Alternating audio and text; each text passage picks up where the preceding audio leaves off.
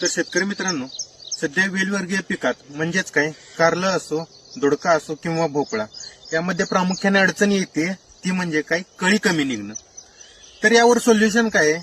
जर तुमच्या प्लॉटमध्ये कळ्यांची संख्या जर वाढवायची असेल तर आपण ड्रीपमधून 10-54-10, 12-61 किंवा 13-40-13 म्हणजेच काय जी फॉस्फरसची जी ग्रेड आहे ती चांगल्या पद्धतीने जर वाढवली तर तुमच्या प्लॉटमध्ये कळ्यांची संख्या चांगली निघू शकते.